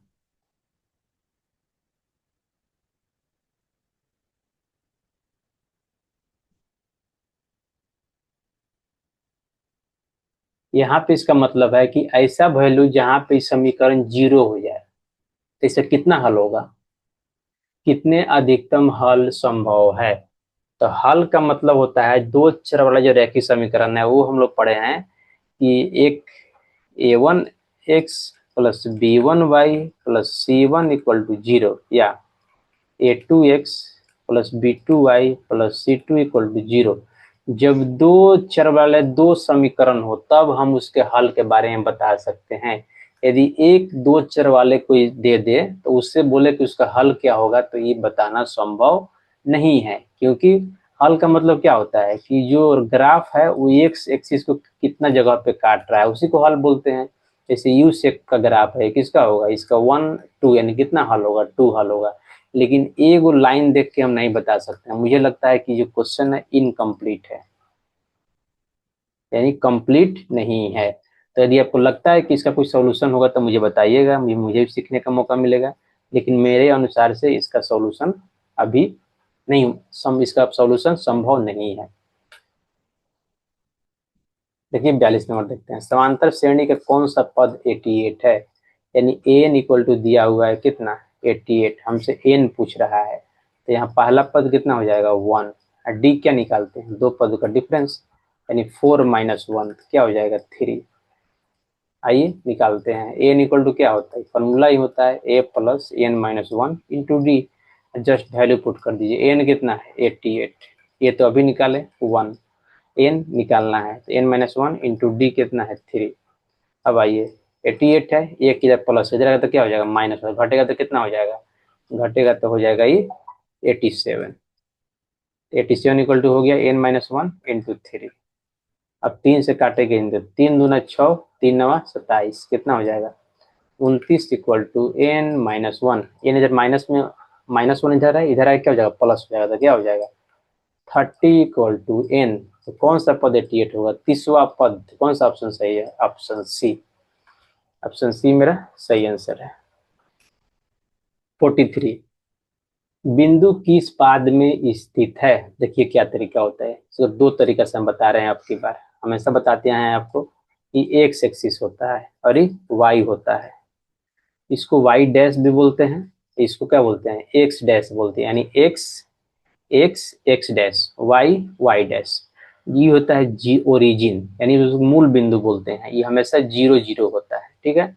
अब देखिए जीरो के जो राइट साइड वाला एक्स है ये हमेशा पॉजिटिव होता है, यानी 1 2 3 4। और जो जीरो के जो लेफ्ट साइड वाला जो एक्स एक्सिस है यानी एक्स डैश वाला, ये हमेशा माइनस में होता है, -1 -2 -3 -4। दूसरा देखिए जो वाई में जो जीरो से जो ऊपर वाला जो लाइन है वो वाई वाला, यू वाला, ये हमेशा पॉजिटिव में होता है, यानी 1 2 3। और जो जीरो से जो नीचे वाला वाई है वो हमेशा माइनस में होता है, क्या होता है -1 -2 -3। अब देखिए कहाँ लाई करेगा, थोड़ा ध्यान दीजिए। -3 -5 है, -3 कहाँ है एक्स में, यहाँ है। पहला तो एक्स ही क्या होता है, दूसरा है -5, तो -5 क्या होगा मानिए यहाँ है, यहाँ मान लीजिए -5, तो दोनों को मिला दीजिए तो ये कहाँ आ जाएगा, ये आ जाएगा यहाँ पे। क्या हो जाएगा ये -3 -5। इसको क्या बोलते हैं, इसको बोलते हैं फर्स्ट, इसको बोलते हैं सेकेंड, इसको बोलते हैं थर्ड पाद, इसको बोलते हैं फोर्थ पाद। तो कौन से पाद में बिंदु लाई किया, थर्ड पाद में, तृतीय पाद में, यानी तृतीय चतुर्थांश में। तो यही मेरा आंसर हो जाएगा। दूसरा तरीका क्या होता है, दूसरा तरीका एक हम बताए हैं आपको, एक्स मान लेते हैं क्या है, एक्स कोऑर्डिनेट है, ये एक्स डैश है, ये वाई है और ये वाई डैश है। तो ये जो होता है इसको बोलते हैं फर्स्ट चतुर्थांश, इसको बोलते हैं सेकेंड, इसको बोलते हैं थर्ड, इसको बोलते हैं थर्ड, इसको क्या बोलते हैं, इसको फोर्थ। ये जो एक्स वाई जो है पूरे प्लेन को दो भागों में बांटता है, यानी पूरे धरती को कह सकते हैं दो भाग में बांट, चार भाग में बांट देगा, ठीक है। तो उसी को पहला को बोलते हैं, जो जो ये वाला पार्ट जो है इसको बोलते हैं फर्स्ट पाद या चतुर्थांश, इसको सेकेंड, इसको थर्ड, इसको फोर्थ। इसका जो साइन कन्वेंशन होता है, इसका साइन कन्वेंशन प्लस प्लस होता है, इसका क्या होता है माइनस प्लस, इसका क्या होता है, इसका होता है माइनस कोमा माइनस, इसका क्या होता है, इसका होता है प्लस कोमा माइनस, ठीक है। अब देख लीजिए इसका क्या होगा, साइन कन्वेंशन निकालिएगा, -3 क्या है तो माइनस है, -5 क्या है तो माइनस है। तो माइनस माइनस कहाँ लाई कर रहा है, थर्ड में। तो ऐसे भी आप बना सकते हैं, आपके ऊपर है। 44, 2 cos स्क्वायर 60 डिग्री का मान क्या होगा, तो 2 cos 60 कितना होता है 1/2, यानी 1/2 का स्क्वायर। तो क्या हो जाएगा 2 इंटू 1/4 का कर देंगे 2 से, तो क्या आ जाएगा 1/2। कौन सा ऑप्शन सही है, ऑप्शन डी। 45, देखिए निम्न में से किस द्विघात बहुपद के शून्यकों का योग फल 3 है, गुणनफल -10 है। तो देख लेते हैं किसका है। पहला का देखते हैं, अल्फा प्लस बीटा क्या होता है -b/a, माइनस बी कितना है यहाँ पे -3 है, और ए कितना है, ये तो 1 ही है, क्या हो जाएगा 3। तो ये फल 3 तो आ गया। अब गुणनफल देख लेते हैं, अल्फा इंटू बीटा क्या होता है c/a, सी कितना है यहाँ पे 10 है, ए कितना है तो 1 ही है, तो 10/1 यानी 10। यहाँ पे क्या दिया है -10 दिया है, तो ये वाला ऑप्शन मेरा नहीं होगा ये। अब बी चेक करते हैं, ये क्या चेक किए थे ए, अल्फा प्लस बीटा क्या आ जाएगा -b/a, माइनस बी कितना है यहाँ पे 3 है, ए कितना है 1 है, तो क्या आ गया -3। तो ये भी नहीं होगा, क्यों, क्योंकि ये फल 3 दिया हुआ है। अब सी देखिए, अल्फा प्लस बीटा क्या -b/a, यहाँ बी कितना है -3, यानी -b माइनस -3 डिवाइड बाई ए, यानी 1, कितना आ गया 3। अल्फा इंटू बीटा क्या है c/a, यहाँ पे सी कितना है देखिए -10 है, तो माइनस छोड़ना नहीं होता है, बाई 1 क्या आ गया -10। यही तो ऑप्शन है, कौन सा ऑप्शन, सी ऑप्शन। यही तो पूछ रहा है -10 और 3 है कि नहीं, देखिए 3 भी आ गया, -10 भी आ गया, तो ऑप्शन सी मेरा सही आंसर है। 46 देखिए, निम्नलिखित में से कौन सी संख्या एक घटना की प्रायिकता नहीं हो सकती। तो बहुत बार आपको हम बताए हैं, प्रायिकता हमेशा 0 से और 1 के बीच में लाई करता है, यानी 1 और 0 के बीच में होता है। प्रायिकता या 0 के बराबर होगा या 0 से बड़ा होगा, 1 के बराबर होगा या 1 से छोटा होगा। यहाँ देखिए 2/3 1 से छोटा है, पॉसिबल है। 0.7 बी देख लेते हैं, क्या है -0.5 है, तो माइनस में तो पॉसिबल नहीं, क्या हो गया ये नेगेटिव हो गया, तो नेगेटिव पॉसिबल नहीं है, क्या है पॉसिबल नहीं है। तो ये तो पूछ रहा है ये घटना की प्रायिकता नहीं हो सकती, यानी नेगेटिव नहीं हो सकती, तो ऑप्शन बी मेरा सही आंसर हो जाएगा। और देख लीजिए 0.7 <1 है, ये भी हो सकता है। 15% को हम क्या लिख सकते हैं 0.15, तो <1 है, ये भी हो सकता है। इस कंडीशन को आप याद रखेंगे, हर साल इससे क्वेश्चन पूछा जा रहा है। 47, सबसे छोटी भाज्य संख्या और सबसे छोटी अभाज्य संख्या का मौसक कितना होगा।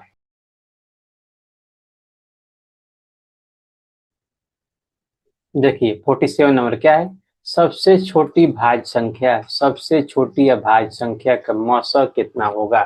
अब देखिए सबसे छोटी भाज्य संख्या क्या लेते हैं, सबसे छोटी भाज्य संख्या क्या होता है, हमेशा 2 होता है, हम 1 को यहाँ पे नहीं कंसीडर कर रहे हैं, ठीक है। अब सबसे छोटी अभाज्य संख्या, सबसे छोटी अभाज्य संख्या क्या होता है, सबसे छोटी अभाज्य संख्या होता है 2। तो पूछ रहा है दोनों का क्या है, HCF पूछ रहा है, यानी मौसक पूछ रहा है, यानी 2 गुना 2, 2,2 का HCF कॉमन देखिए क्या है, इसमें 2 है, तो क्या हो जाएगा 2, कौन सा ऑप्शन, ऑप्शन बी। तो सबसे छोटी अभाज्य संख्या का और सबसे छोटी भाज्य संख्या कितना होगा मौसक 2 होगा, यानी ऑप्शन बी आपका सही आंसर होगा। 47, 48 देखते हैं सर, 47 या 47 ये है, 48 है। एक धातु का घन जिसकी भुजा 1 सेंटीमीटर है को खींचकर 4 mm वाला व्यास का तार बनाया गया है, तो तार की लंबाई ज्ञात कीजिए। देखिए क्या है ये, घन है, तो घन का भुजा दिया हुआ है कितना 1 सेंटीमीटर, घन क्या है धातु का है, कितना दिया है भुजा इसका 1 सेंटीमीटर दिया हुआ है, घन है, इसे दिख रहा है घनाभ जैसे, लेकिन माफ कीजिएगा, कितना है भुजा इसका 1 सेंटीमीटर। तो बोल रहा है कि एक तार बनाया गया है, तार तो ऑब्वियसली बहुत पतला होगा, तो कैसा होगा सिलेंडर के रूप में होगा। इसका एच हमसे पूछ रहा है, और जो इसका रेडियस है वो दिया हुआ है कितना, रेडियस दिया हुआ है 4 m। तो ध्यान दीजिएगा जो आयतन होगा हमेशा बराबर होगा, जो घन है इसको हम यदि पिघला के यदि तार बना रहे हैं तब भी जो इसका, सॉरी इसका जो व्यास है वो दिया है 4 सेंटीमीटर, तो इसका रेडियस क्या हो जाएगा 2 mm हो जाएगा। तो जो घन है इसको पिघला कर हम बनाएंगे तो क्या होगा, इसका वॉल्यूम तो सेम ही रहेगा, मटेरियल तो सेम ही रहेगा, इसलिए आयतन जो होता है दोनों कंडीशन में बराबर होता है। तो यानी यानी ये जो तार है, तार का आयतन इक्वल टू हो जाएगा घन का आयतन, तो वहां से आप एच निकाल सकते हैं। आइए देखते हैं घन का आयतन क्या होता है, घन का आयतन V1 से लिखते हैं, ये क्या होता है एक क्यू होता है, ये क्या है भुजा है, दूसरा क्या है बेलन है। तो बेलन का आयतन का फॉर्मूला क्या होता है, बेलन का आयतन को लिखते हैं हम V2, ये क्या होता है πr²h, नहीं होता है। अब दोनों को पिघला के यानी घन पिघला के हम बना रहे हैं बेलन, तो दोनों का वॉल्यूम तो बराबर ही होगा कि समान तो सेम ही है। तो V1 क्या है एक क्यू है, V2 क्या है πr²h, और एक कितना है 1 है, तो 1 का क्यू हो जाएगा पाई, आर कितना है 2 है, 2 mm है, यहाँ ध्यान दीजिए यहाँ कन्वर्ट करना पड़ेगा, यूनिट का बहुत नीड है यहाँ पे, इसलिए यूनिट हम नहीं छोड़ेंगे।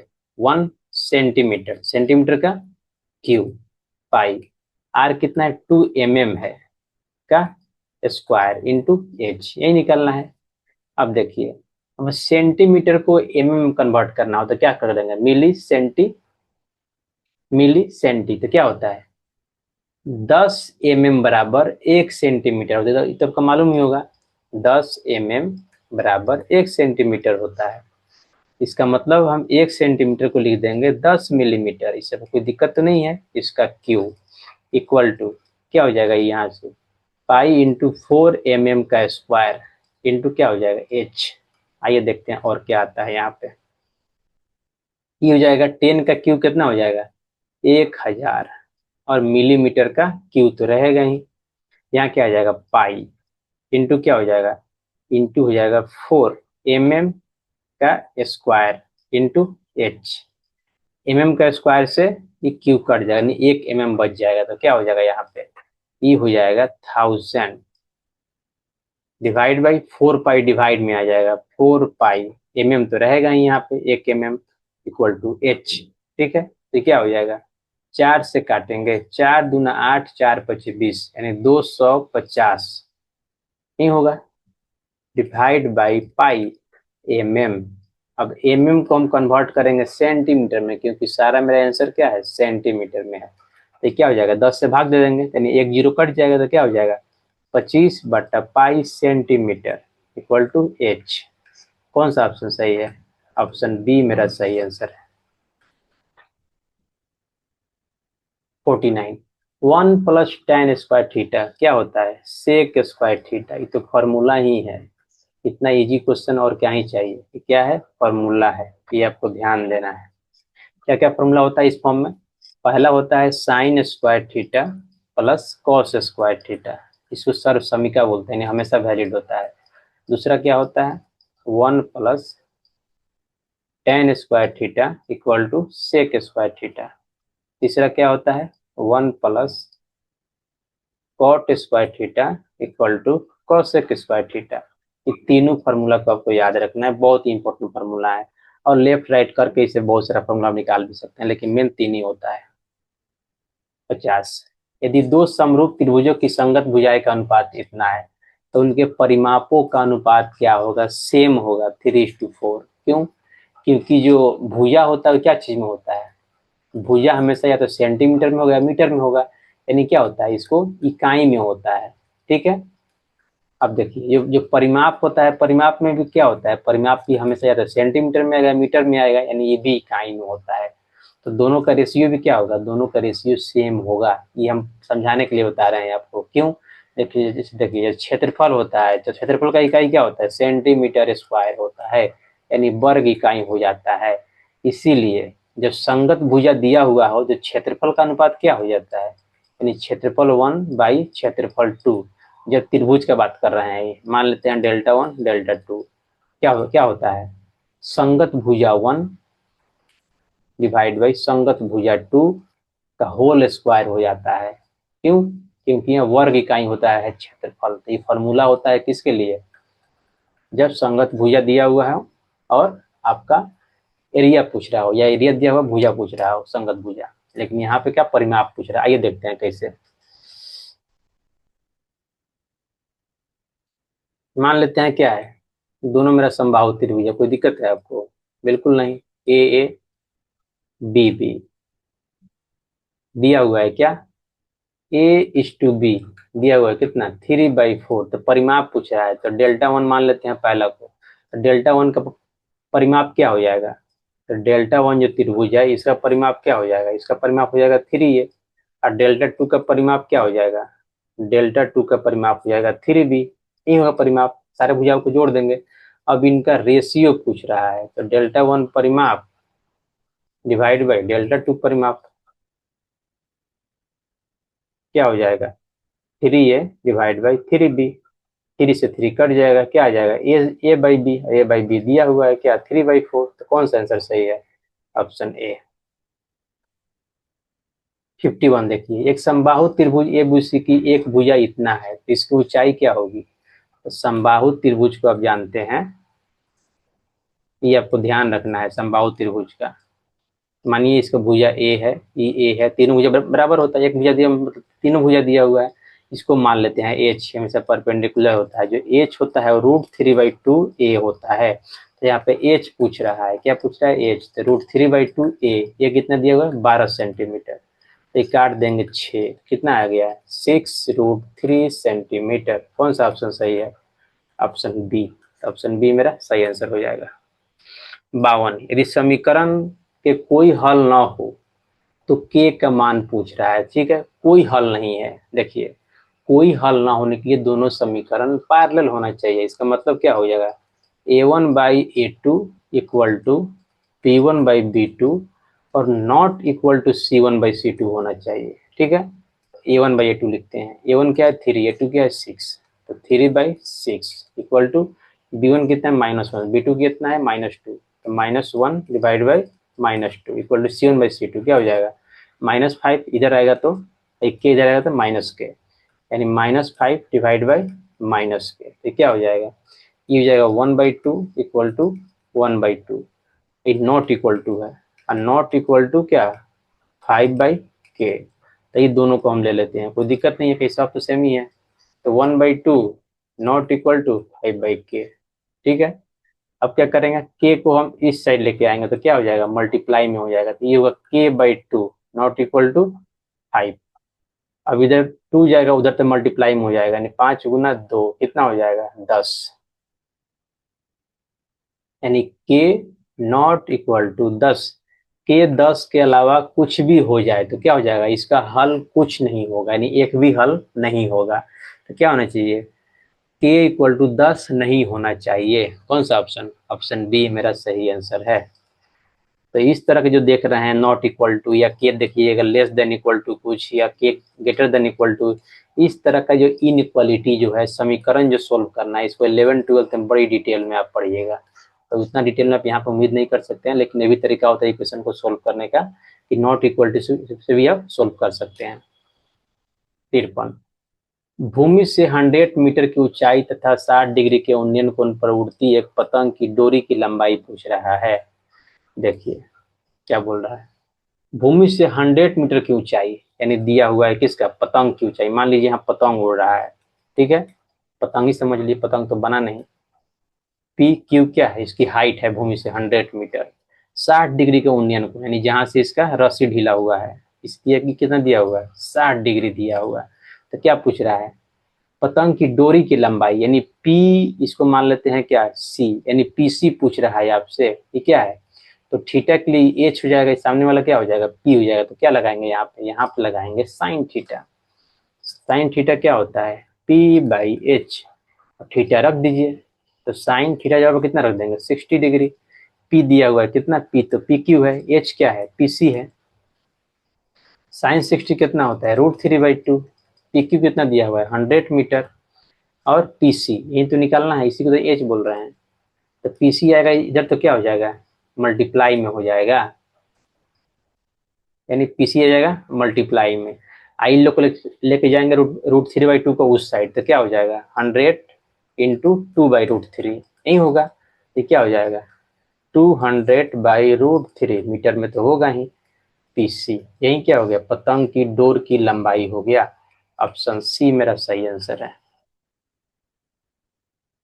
54 नंबर, यदि 3 सेंटीमीटर त्रिज्या वाले एक वृत्त पर खींची गई दो स्पर्श रेखाएं परस्पर 60 डिग्री के कोण पर झुकी हो तो प्रत्येक स्पर्श रेखा की लंबाई बताइए।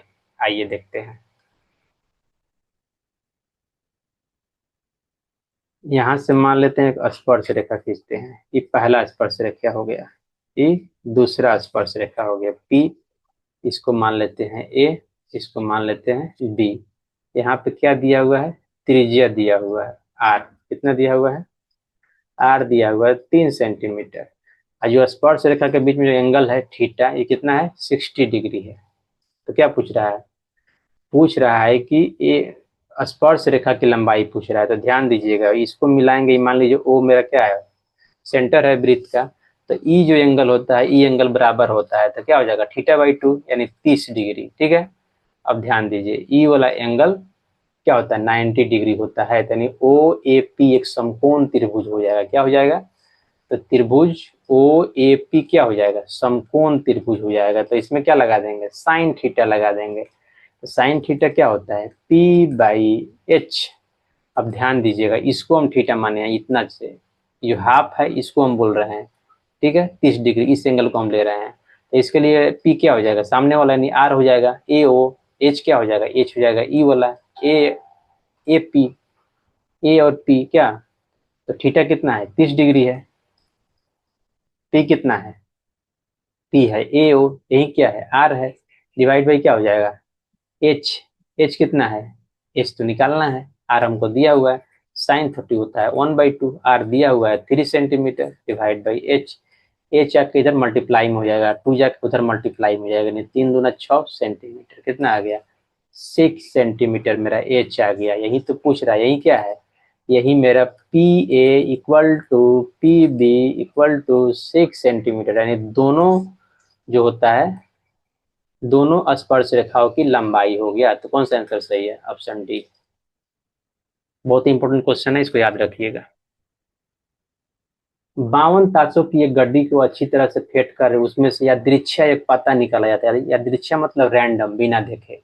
इसके काले रंग का बदशाह होने की क्या प्रायिकता है। इस क्वेश्चन को हम पहले ही बताए हैं। 52 देखिए कितना है, इसमें 26 52 कार्ड होते हैं टोटल, जिसमें 26 रेड होते हैं, ठीक है, और 26 क्या होते हैं, ब्लैक होते हैं, यानी काला होता है।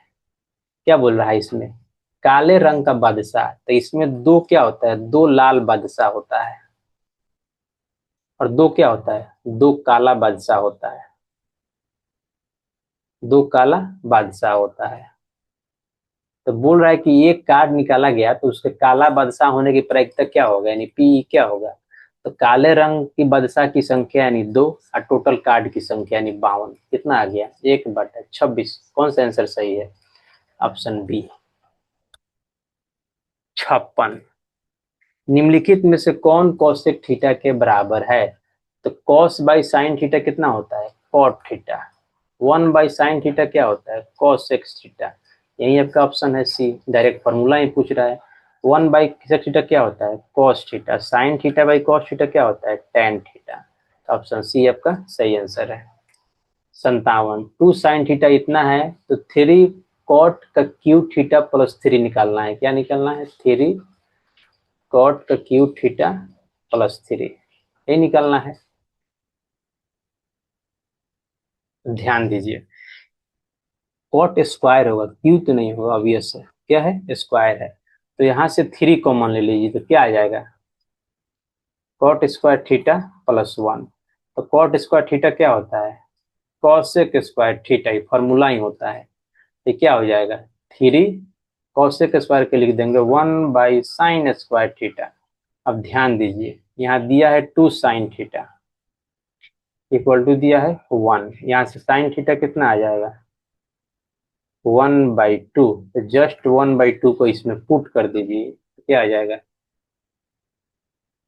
3 इंटू 1/2 का होल स्क्वायर, यानी क्या आ जाएगा 3 डिवाइड बाई 1/4, क्या आ जाएगा 3 इंटू 4, यानी 4×3 = 12। कौन सा ऑप्शन सही है, ऑप्शन ए 58। असंभव घटना की प्रायिकता क्या होती है, हमेशा 0 होता है। दो चीज बताए हैं, निश्चित घटना की प्रायिकता, यानी ऐसी घटना जिसका होना निश्चित हो, क्या होता है, इसलिए हम पहले ही बताए हैं। निश्चित घटना की प्रायिकता हमेशा क्या होता है, हमेशा 1 होता है। दूसरा क्या होता है, असंभव घटना, यानी ऐसी घटना जिसका संभव होना निश्चित नहीं है, यानी संभव ही नहीं है कि वो घटना होगा। तो असंभव घटना की प्रायिकता क्या होता है, असंभव घटना की प्रायिकता हमेशा 0 होता है। ये चीज, दो चीज आपको याद रखना, एक कंसेप्ट ही है, क्या है, कंसेप्ट। निश्चित घटना, जैसे कल सूरज पूरब से निकलेगा, एकदम निश्चित है, 100% पूरब से निकलेगा, तो इसकी प्रायिकता क्या होगा, हमेशा 1 होगा। कोई बोले कि कल सूरज पश्चिम से निकलेगा, इससे क्या प्रायिकता है, एकदम 0 चांसेज है, क्योंकि सूरज कभी पश्चिम से निकल ही नहीं सकता है, आगे भी नहीं निकलेगा। तो इसी को बोलते हैं असंभव घटना, इसकी प्रायिकता हमेशा 0 होता है।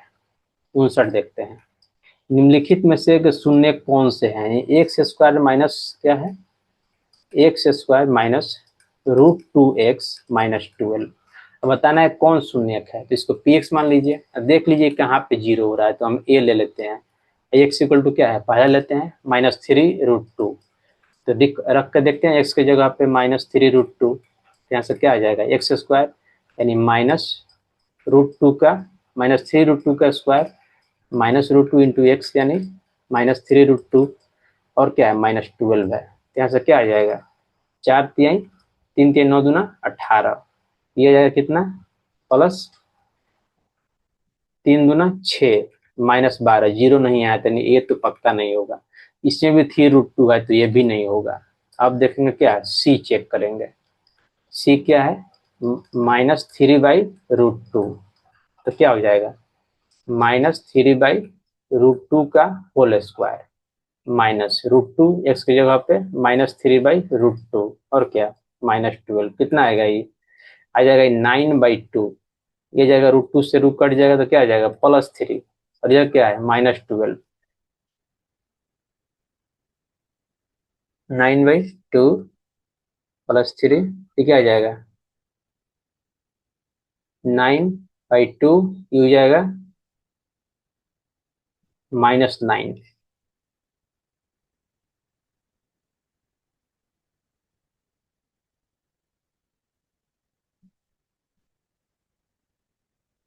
-3/√2, फिर -3/√2 का whole square 9/2, correct, minus -√2x यानी -3/√2, √2 से √2 कट जाएगा, +3 हो जाएगा, और -12 तो रहेगा ही, तो क्या हो जाएगा ये जाएगा -9, 9/2, ये भी जीरो नहीं होगा, यानी ये भी आंसर नहीं हो रहा है। तो कौन सा आंसर सही हो जाएगा, ऑप्शन डी मेरा सही आंसर है।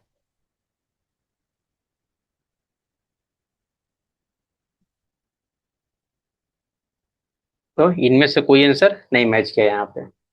60, ब्रीथ की सबसे बड़ी जीवा क्या होती है, व्यास होती है। जैसे जैसे ब्रीथ देखिए, ब्रीथ को दो बिंदु पर छूने वाले रेखाखंड को क्या बोलते हैं, हमेशा जीवा बोलते हैं, जो दो बिंदु पर वृत्त को छुए। इसमें सबसे लंबा क्या होगा, सबसे लंबा वही होगा जो व्यास होगा, यानी ये क्या है, व्यास है सबसे लंबा। तो सबसे लंबा जीवा कौन सा होता है, बाकी सब छोटा होगा, सबसे लंबा जीवा क्या होता है, व्यास होता है किसी भी वृत्त का। ये कॉन्सेप्ट है, इसको याद रखिएगा। और जीवा उसी को बोलते हैं जो वृत्त को दो बिंदु पर छुए। जब कोई वृत्त को एक बिंदु पर छूते इसको क्या बोलते हैं, इसको बोलते हैं स्पर्श। सॉरी, दो बिंदु पर छू दिया ही, लेकिन इसको मान लीजिए एक बिंदु पर छूने वाला, तो क्या बोलते हैं, इसको बोलते हैं स्पर्श रेखा। और ऐसी रेखा मान लीजिए जो वृत्त को दो बिंदु पर छुए लेकिन ये रेखा हो गया, तो इसको क्या बोलते हैं, इसको जीवा नहीं बोलेंगे, इसको क्या बोलेंगे, इसको बोलेंगे छेदक रेखा। ठीक, तीसरा चीज हो गया। चौथा क्या होता है, ऐसी रेखा जो वृत्त को कहीं नहीं छुए, लेकिन तो छू दिया, कहीं नहीं छू, इसको क्या बोलते हैं, उसको बोलते हैं अप्रतिच्छेदी रेखा, जो कहीं भी प्रतिच्छेद नहीं कर रही है किसी को भी, अप्रतिच्छेदी रेखा।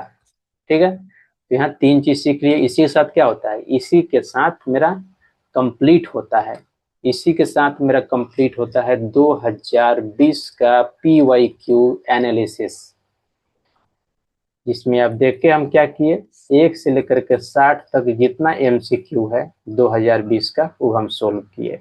आपको कोई डाउट होता है तो व्हाट्सएप चैनल का जो लिंक है दिया गया है, वहाँ पे आप लिंक करके बता सकते हैं, वहाँ इसका PDF भी दे देंगे। और जितना भी PYQ क्वेश्चन है, जितना भी PYQ क्वेश्चन है उस सब का जो है PDF, और जो भी आंसर इस पर लिखा हुआ जो हम अभी बनाए हैं, सोल्व किए हैं, ये भी इसी के साथ में आपको कहाँ दे देंगे, इसी व्हाट्सएप चैनल में आपको हम दे देंगे, जहाँ से आप ज्वाइन कीजिएगा। तो बने रहिए मेरे साथ। नेक्स्ट वीडियो में देखेंगे 2019 के सारे वीडियो को सोल्व करेंगे, सारे जितना भी MCQ है 2019 का उसका सोल्व करेंगे, और इसी के साथ PYQ जो एनालिसिस है समाप्त हो जाएगा। इसके बाद हम साइंस शुरू करने वाले हैं, नेक्स्ट डे से हम साइंस का वीडियो देखेंगे। यहाँ तक बने रहने के लिए बहुत बहुत धन्यवाद।